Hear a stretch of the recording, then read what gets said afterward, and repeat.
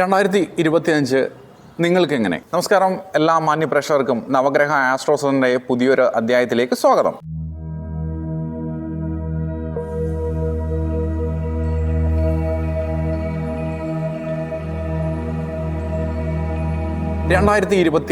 നിങ്ങൾക്കെങ്ങനെ? 2025 പ്രധാന ഗ്രഹമാറ്റങ്ങളുടെ അടിസ്ഥാനത്തിൽ ഓരോ കൂറും അടിസ്ഥാനമാക്കിയുള്ള ഗോചര അല്ലെങ്കിൽ ചാരവശാലുള്ള ഫലമാണ് ഇവിടെ പ്രതിപാദിക്കുന്നത്. 2025 പ്രധാന ഗ്രഹമാറ്റങ്ങൾ ഏതൊക്കെയെന്ന് നമുക്ക് പരിശോധിക്കാം. 2025 മാർച്ച് 29 ശനി കുംഭൻ രാശിയിൽ നിന്നും മീനൻ രാശിയിലേക്കും രാശി മാറുന്നു.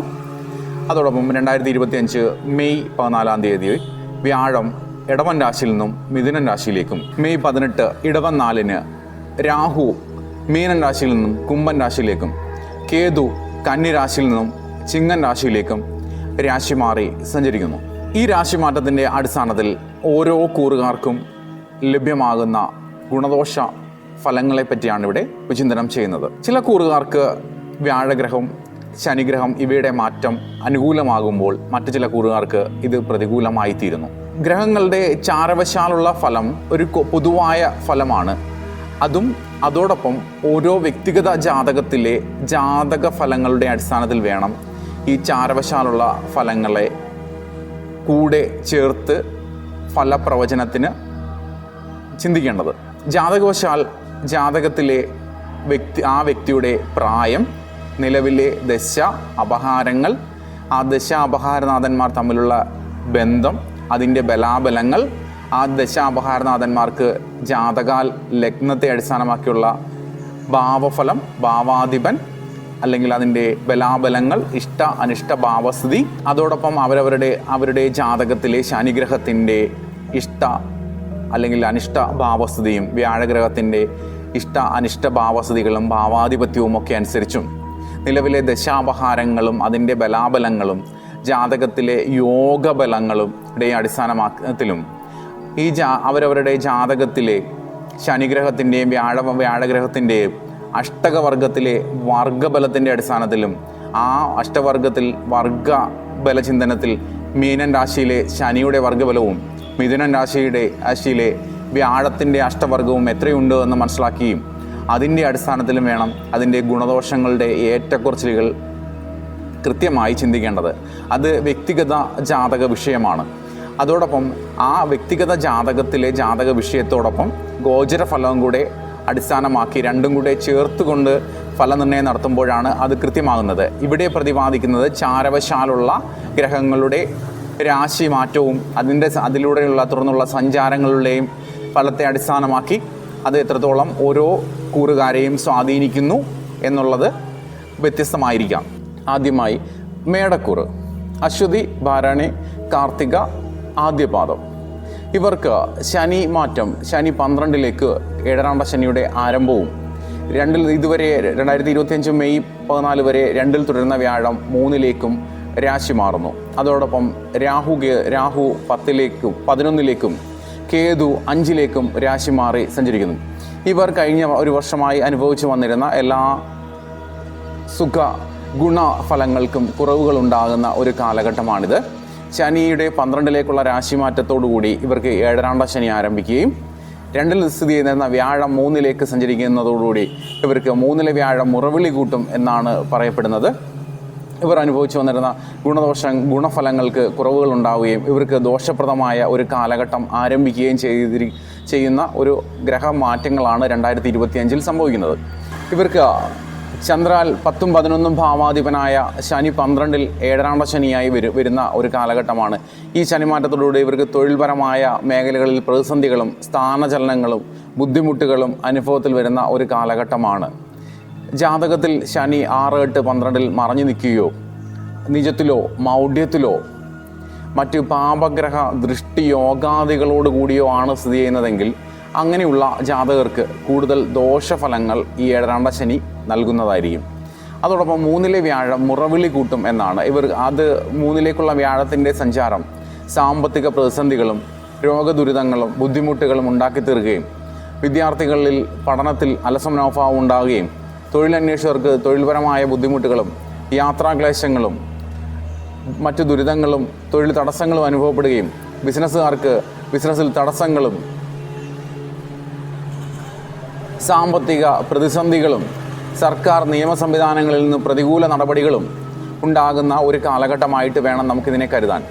പ്രായാധിക്യമുള്ളവർക്ക് രോഗദുരിതങ്ങൾ മൂലം ബുദ്ധിമുട്ടുന്ന ഒരു കാലഘട്ടമായിട്ടും അമിതമായ സാമ്പത്തിക ക്ലേശങ്ങളും സാമ്പത്തിക ബുദ്ധിമുട്ടുകളും തൊഴിൽപരമായ പ്രതിസന്ധികളും തൊഴിലിൽ പ്രതികൂലമായ സ്ഥാനചലനങ്ങളോ ട്രാൻസ്ഫറുകളോ ഉണ്ടാകുവാനും സർക്കാരിൽ നിന്നും പ്രതികൂലമായ നടപടികൾ ഉണ്ടാകുവാനും സാധ്യതയുള്ള ഒരു കാലഘട്ടമായിട്ട് വേണം നമുക്ക് ഈ വ്യാഴമാറ്റം ശനിമാറ്റത്തിന് ശേഷം ഇവർക്ക് ഉണ്ടാകാൻ സാധ്യത ഉള്ളതായി ചിന്തിക്കേണ്ടത്. തൊഴിൽപരമായ ബുദ്ധിമുട്ടുകളും വിദ്യാർത്ഥികളുടെ പഠനപരമായ തടസ്സങ്ങളും മാറുവാനായി വിദ്യാർത്ഥികളുടെ പേർക്ക് പഠനാടസ്സം മാറുവാനായി ബുധനാഴ്ച മഹാവിഷ്ണു കൃഷ്ണ ക്ഷേത്രത്തിൽ വിദ്യാ രാജഗോപാല മന്ത്രാർച്ചന നടത്തുക. തൊഴിൽപരമായ തടസ്സങ്ങളും സാമ്പത്തിക ബുദ്ധിമുട്ടുകളും നേരിടുന്നവർ ഭാഗ്യവർദ്ധനവിനായി മഹാവിഷ്ണു ക്ഷേത്രത്തിൽ ഭാഗ്യസൂക്താർച്ചന, തുളസിമാല, പാൽപ്പായസം എന്നീ വഴിപാടുകളും, സാമ്പത്തിക ബുദ്ധിമുട്ടുകൾ നേരിടുന്നവർ വീട്ടിൽ നിത്യവും കനകധാരാ സ്തോത്രം ജപിക്കുകയും വീട്ടിൽ ഭാഗവത പാരായണം നടത്തുകയും ചെയ്യുക. അതോടൊപ്പം പ്രായാധിക്യമുള്ളവരും രോഗദുരിതങ്ങൾ മൂലം ബുദ്ധിമുട്ടുകയും അലട്ടുകളും അനുഭവിക്കുന്നവർ അവരുടെ പേർക്ക് മഹാവിഷ്ണു ക്ഷേത്രത്തിൽ ധന്വന്തരി മന്ത്രാർച്ചനയും, ഇടരാണ്ട ശനിയുടെ ആരംഭ കാലഘട്ടമായതിനാൽ ശനിദോഷത്തിൻ്റെ കാഠിന്യം കുറയ്ക്കുവാനായി ശനിയാഴ്ച ദിവസം ശാസ്താക്ഷേത്രത്തിൽ നീലാഞ്ജന വിളക്കുകളും നടത്തി മറ്റ് വഴിപാടുകളും അതോടൊപ്പം അവരവരുടെ ഇഷ്ടദേവതാ പ്രാർത്ഥനകളും നടത്തി പ്രാർത്ഥിക്കുക. അതോടൊപ്പം ജാതകത്തിൽ ശനിയും വ്യാഴവും അനുകൂലന്മാരായിട്ടുള്ള വ്യക്തികൾക്ക് ഈ ഏഴാണ്ട ശനിയും 3-ലെ മറഞ്ഞ വ്യാഴവും ആണെങ്കിൽ തന്നെയും അവർക്ക് വലിയ ദോഷങ്ങൾ ചെയ്യുന്നതായിരിക്കില്ല. അവർ ബിസിനസ്സിൽ കൂടുതൽ ഇൻവെസ്റ്റ്മെൻറ്റുകൾ നടത്തുകയും തൊഴിൽപരമായ ആവശ്യങ്ങൾക്ക് വേണ്ടി വിദേശത്തേക്ക് പോവുകയോ വിദേശവാസം സംഭവിക്കുകയോ ഒക്കെ ചെയ്യുന്ന അവർക്ക് ചിലപ്പോൾ അത് നെഗറ്റീവായി തോന്നുമെങ്കിലും അത് പിന്നീട് അവർക്ക് ഗുണകരമായി തീരുന്ന രീതിയിലുള്ള മാറ്റങ്ങളായിരിക്കും ജാതകത്തിൽ വ്യാഴവും ശനിയുമൊക്കെ അനുകൂലന്മാരായ ജാതകർക്ക് സംഭവിക്കുന്നത്. ഇവർക്ക് പ്രണയലബ്ധിയും ജാതി മാറിയോ മതം മാറിയോ ഒക്കെയുള്ള വ്യക്തികളെ പ്രണയിക്കുന്നതിനോ അത് വിവാഹത്തിലേക്ക് എത്തിച്ചേരുന്നതിനോ സാധ്യത ഉള്ള ഒരു കാലഘട്ടമാണ് മേടക്കൂറുകാരെ സംബന്ധിച്ച് ഈ വരുന്ന വർഷം. ഈശ്വരാരാധനകളും ആചാരാനുഷ്ഠാനങ്ങളും യഥാവിധി പാലിക്കുകയും ദാനധർമാദികൾ നിർവഹിക്കുകയും ധാർമ്മികമായി ജീവിക്കുകയും ചെയ്യുന്നവർക്ക് ഒരു പരിധിവരെ കാലദോഷങ്ങളും ഒന്നും ഇവരെ ബാധിക്കുകയില്ല. എന്നാൽ അധാർമികമായി ജീവിക്കുകയും ധിക്കാരികളും അഹങ്കാരികളും ഒക്കെയായി ജീവിക്കുകയും ലഹരി വസ്തുക്കളും മദ്യവും മയക്കുമരുന്നും ഒക്കെ ഉപയോഗിക്കുകയും ഒക്കെ ചെയ്യുന്നവർക്ക് ഏത് കാലവും അല്ലെങ്കിൽ ഗ്രഹങ്ങൾ അനുകൂലമായാൽ തന്നെയും അവർക്ക് അതൊന്നും തന്നെ അനുഭവവേദ്യമാകുന്നതല്ല. എന്നാൽ ഗ്രഹങ്ങൾ പ്രതികൂലമാകുമ്പോൾ ഇത്തരത്തിൽപ്പെട്ട ഒരു തെറ്റായ ജീവിത രീതിയിലൂടെ ജീവിക്കുന്ന അധാർമികമായി ജീവിക്കുന്ന വ്യക്തികളെ അത് വളരെ പ്രതികൂലമായി ബാധിക്കുകയും അവർക്ക് വളരെ ഗുരുതരമായ പ്രതിസന്ധികളും ദുരിതങ്ങളും അനുഭവത്തിൽ വരികയും ചെയ്യുന്നതാണ്. നാമജപങ്ങളും മന്ത്രജപങ്ങളും ഉപാസനാ വിദ്യകളും ഒക്കെ സ്വായത്തമാക്കിയ അല്ലെങ്കിൽ അത് പരിശീലിക്കുന്ന വ്യക്തികളെ ഉപാസകന്മാരെ ഒരിക്കലും കാലദോഷമോ ജാതകദോഷമോ ബാധിക്കുന്നതല്ല.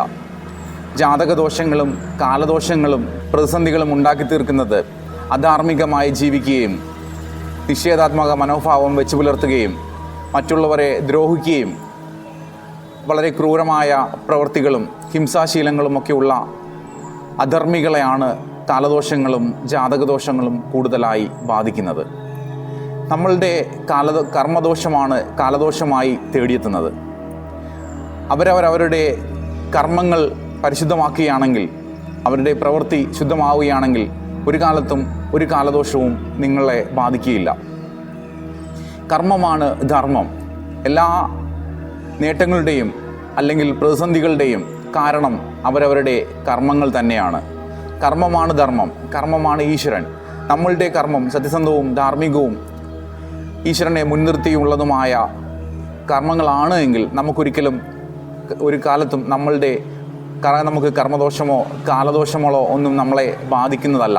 കൂടുതൽ ജാതകവശാലും ഗോചരവശാലും ഒക്കെയുള്ള ഗ്രഹദോഷങ്ങൾ പ്രതികൂലമാണ് എന്ന് തോന്നുകയും അത് കൂടുതൽ ബുദ്ധിമുട്ടുണ്ടാക്കുകയും ഒക്കെ ചെയ്യുന്ന വ്യക്തികൾ അതിൽ നിന്നും മോചിതനാവുവാനായി അവരവരുടെ ദേശത്തെ നല്ല ഒരു ജ്യോത്സ്യനെ കണ്ട് വ്യക്തിഗത ജാതക ചിന്തന നടത്തി അതോടൊപ്പം ഒരു പ്രശ്നചിന്തയും കൂടെ നടത്തി അതിനു വേണ്ട പരിഹാരങ്ങളൊക്കെ മുൻകൂട്ടി ചെയ്യുന്നത് കാലദോഷത്തിൽ നിന്നും കർമ്മദോഷങ്ങളുടെ തീവ്രത കുറയ്ക്കുവാനുമൊക്കെ അനുകൂലമാണ്.